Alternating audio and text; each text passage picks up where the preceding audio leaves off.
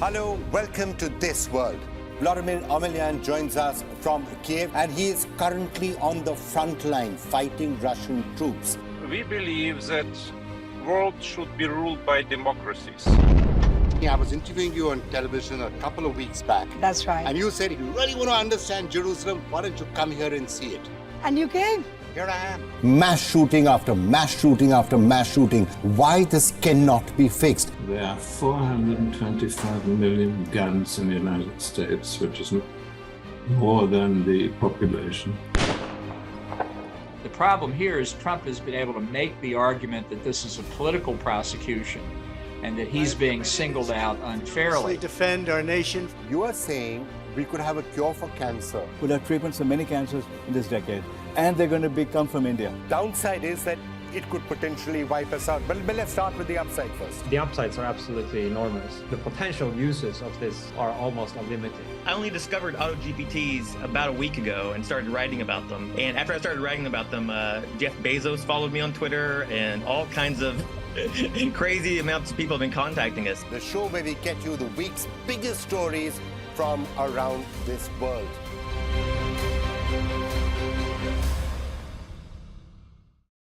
What is the India story? It's the story of the world's biggest democracy. We are developing the road infrastructure. In the end of 24, it will be equivalent to the road infrastructure of USA. We have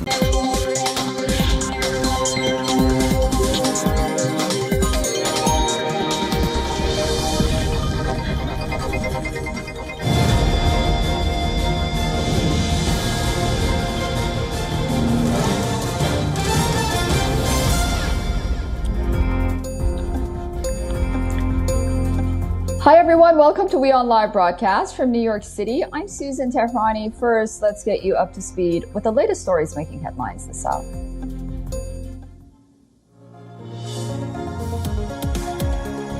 Iran says its scientists have gained the technological know-how to manufacture a supersonic cruise missile, calling it a new chapter in Iran's defense technology. The homegrown missile is said to be at a test stage.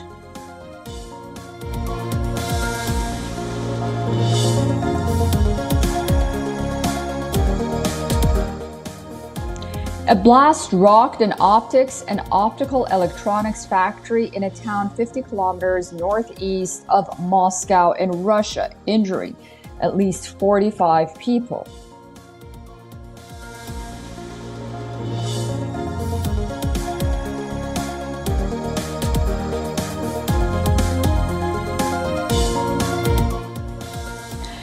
North Korea invites foreign golfers for a tournament in Pyongyang.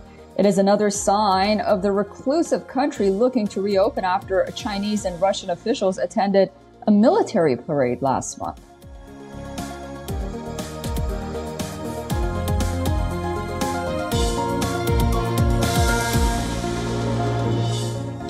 South Korea issues its highest alert as heavy rainfall from Typhoon Hanun pounds the country's southern region on Wednesday, forcing authorities to cancel all flights to the Jeju Islands.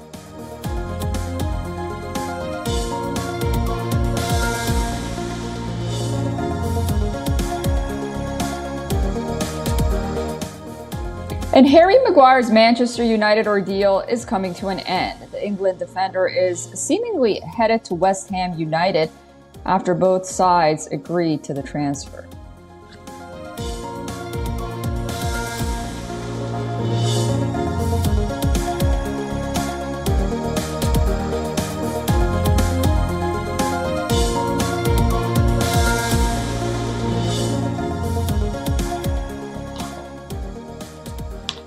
"530 days into the Russia-Ukraine war, the battle of claims and counterclaims continue. Kyiv has not backed down from using drones against Moscow, while Russia has been targeting Ukraine's military posts. However, expert opinions say that Ukraine's much-touted counteroffensive has not lived up to the hype. Ukraine has been unleashing a string of drone attacks, but Russian forces have held their ground. Russian officials say they shot down 2 Ukrainian combat drones, which were headed for Moscow. They say Moscow downed 7 Ukrainian drones on Monday near the Kaluga region, which is less than 200 kilometers from Moscow. And on Sunday, in the Podelsky district on the outskirts of the capital city. The latest drone attacks comes after Russian missiles struck the eastern Ukrainian city of Pokrovsk on Monday. The attack killed at least 9 people while wounding over 80 and destroying apartments. Russia says that in the last week, its forces intercepted unmanned drones, Storm Shadow cruise missiles, and HIMARS, as well as multiple rocket launchers from Ukraine. Up until a month ago, the Russian capital had not been a target for Kyiv. However, a stalled Ukrainian counteroffensive could be a major problem for the war-torn country. Kyiv has been fighting this battle with massive backing from its Western allies, of which Washington has so far pledged the most financial support.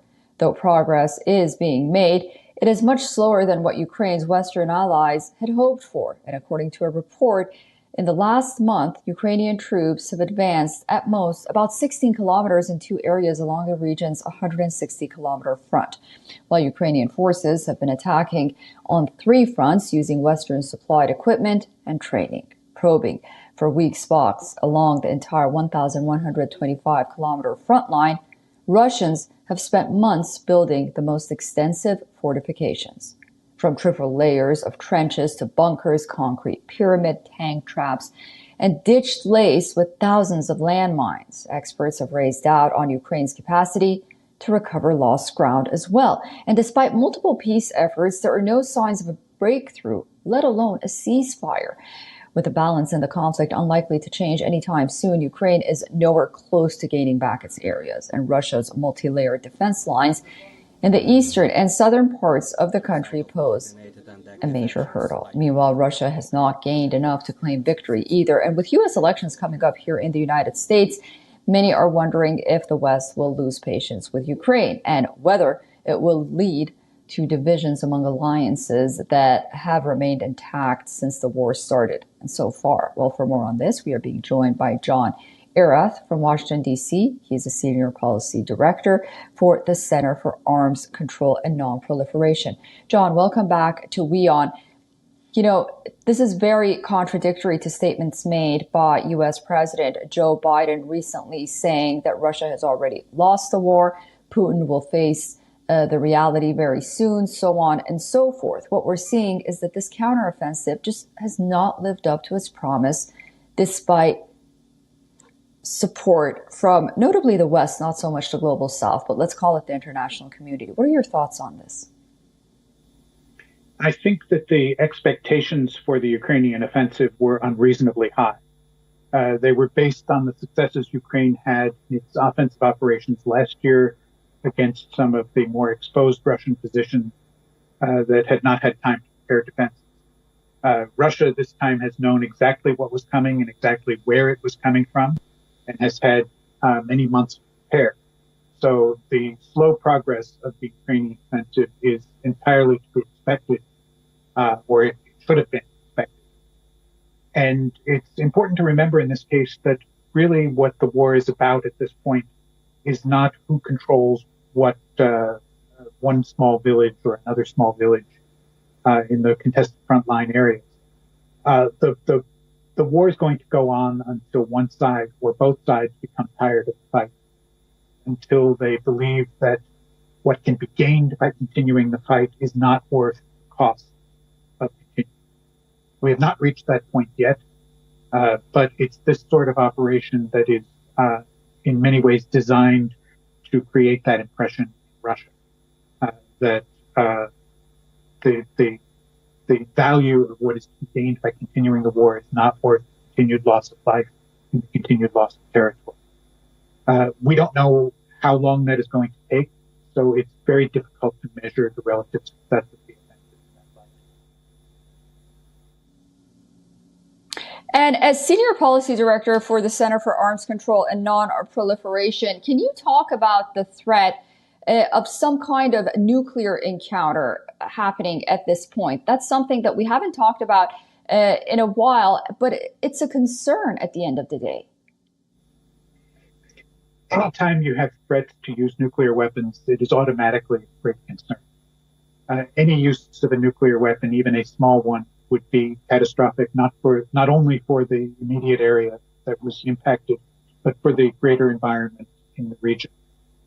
So when there is a threat, as there continues to be from Russia, when these threats occur, it is natural to take them very seriously.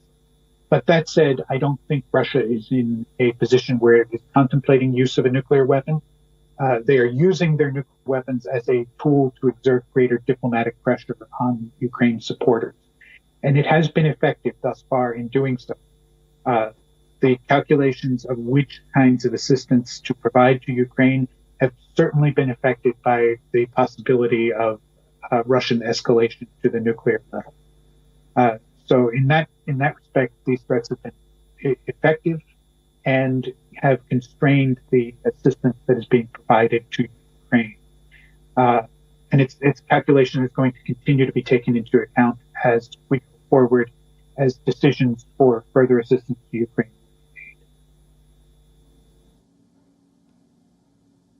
Great. John Erath from Washington, D.C. Thank you so much for joining us on WION, and we look forward to speaking to you again soon. Thank you very much. The United States is set to issue new restrictions on American investments in Chinese tech industries. Sources close to the Biden administration hailed the move as necessary to protect national security interests. The Biden administration is now pushing to de-risk critical supply chains. This is being achieved by developing suppliers outside of China, as well as increasing restrictions on selling certain technologies to China. The restrictions are expected to bar private equity and venture capital firms from making investments in certain high-tech sectors. These include quantum computing, artificial intelligence, and advanced semiconductors. The restrictions would also require firms making investments in the Chinese industries to report to activity to the U.S. government. This will give the government better visibility into financial exchanges between the United States and China. Experts believe that the American dollars are being used to advance Chinese military capabilities, and they say that the U.S. lacks sufficient means to combat these moves. The planned measure has drawn criticism from Republicans who believe that it has taken too long to impose restrictions.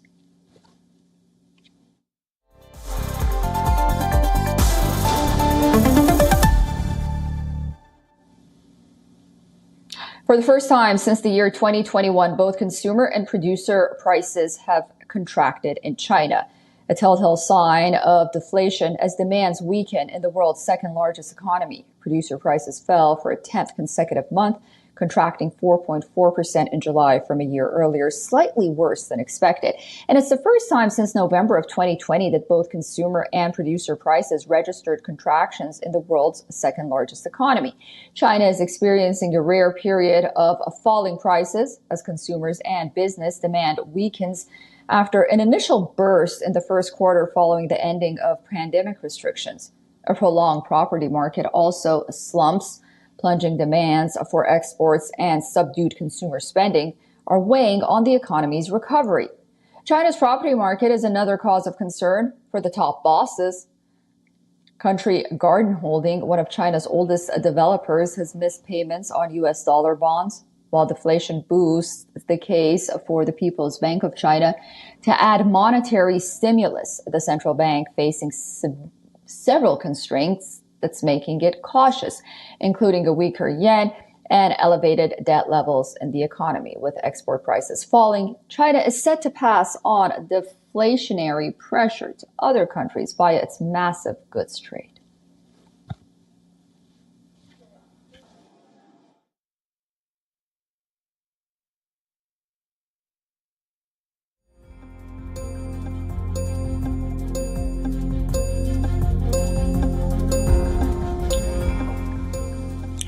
Women working in the White House are paid significantly less than their male counterparts. This, despite gender pay gap being one of the major bids for Biden's 2020 election campaign.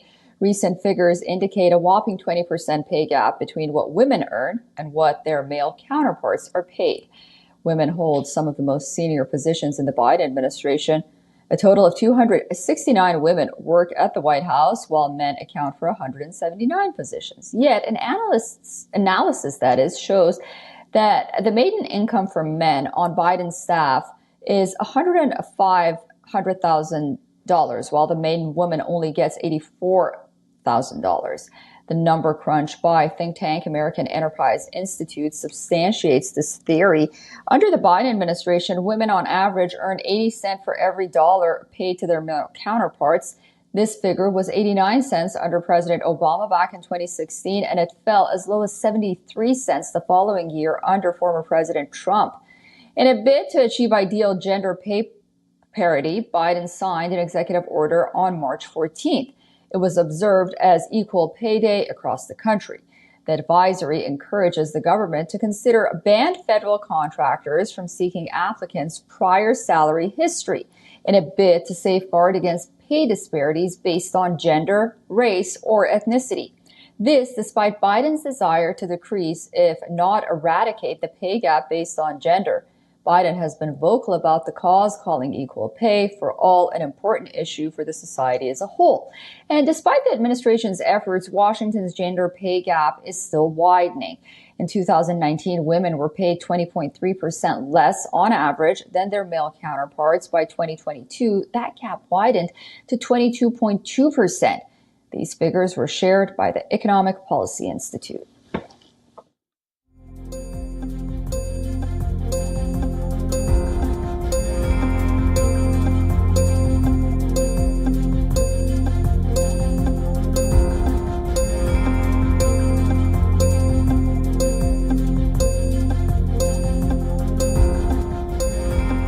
The two-day Amazon summit concluded on a positive note, with 8 nations grouping agreeing to launch an alliance to fight deforestation in the Amazon. The Amazon forest is often touted as the Earth's bulwark against the rising threat of climate change. I'm sure that the region will be able to move forward together and united in drawing the world's attention to the Amazon and to the need for joint, transversal or multidimensional action to protect the Amazon.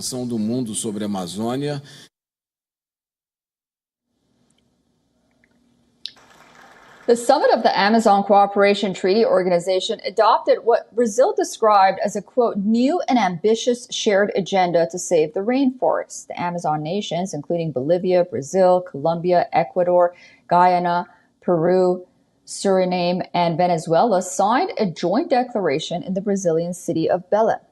The 10,000-word document presents a roadmap to promote sustainable development and deforestation and fight the organized crime that fuels it. However, the summit stopped short of fulfilling 2 demands. First, for all members to adopt Brazil's pledge to end illegal deforestation by 2030, and 2, Colombia's pledge to halt new oil exploration in the region.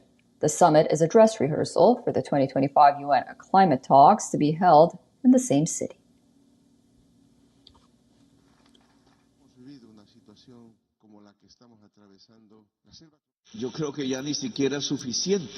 I believe that it is not even enough to reach zero deforestation anymore. Science says that if we harmonize the whole world, we would not be able to absorb what carbon dioxide is emitted each year. The solution is to leave coal, oil and gas. But that is the need of the North, to leave the fossil capital. Our need is to protect the sponge.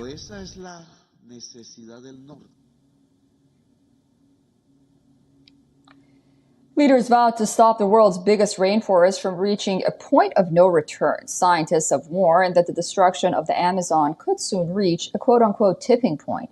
This would happen when total deforestation reaches between 20% and 25%. This means trees would die and release their carbon stored back into the atmosphere. The significance of the Amazon forest goes beyond South America. Amazon forest, home to around 50 million people, play a significant role in regulating the global climate. Containing a third of all tropical rainforests left on Earth, it serves as a giant carbon sponge.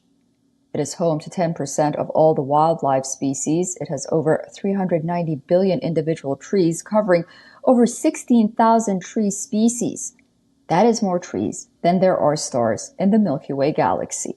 Trees in the Amazon release 20 billion tons of water into the atmosphere per day. It contains 20% of the world's flowing fresh water. This all means that too much is at stake here. The summit is a litmus test of sorts for President Lula's leadership, who has resolved to fight climate change. In July this year, deforestation in the Amazon fell 66% compared with 2022. This comes after Amazon suffered major damage under his predecessor, Jair Bolsonaro.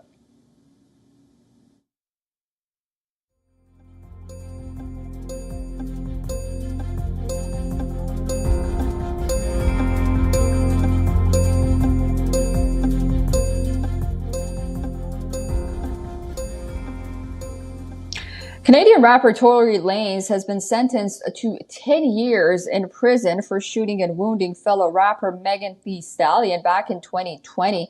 The judgment brings an end to a 3-year legal and cultural saga that saw 2 lives and careers thrown into turmoil. Lanez, whose legal name is Daystar Peterson, was found guilty in December for 3 felonies related to the shooting. Megan said that Lanez had fired the gun at her feet after they got into an argument while leaving a party at reality star Kylie Jenner's house. She had to undergo surgery to remove the bullet's fragments, and during the trial, Megan claimed that the shooting had left her devastated. She said, and this is a quote, "Slowly but surely, I'm healing and coming back, but I will never be the same," end of quote. Lanez has been held in county jail since his conviction back in December. The Canadian rapper also potentially faces deportation from the United States after he serves his sentence. However, his lawyers have stated that he plans to appeal the prison sentence.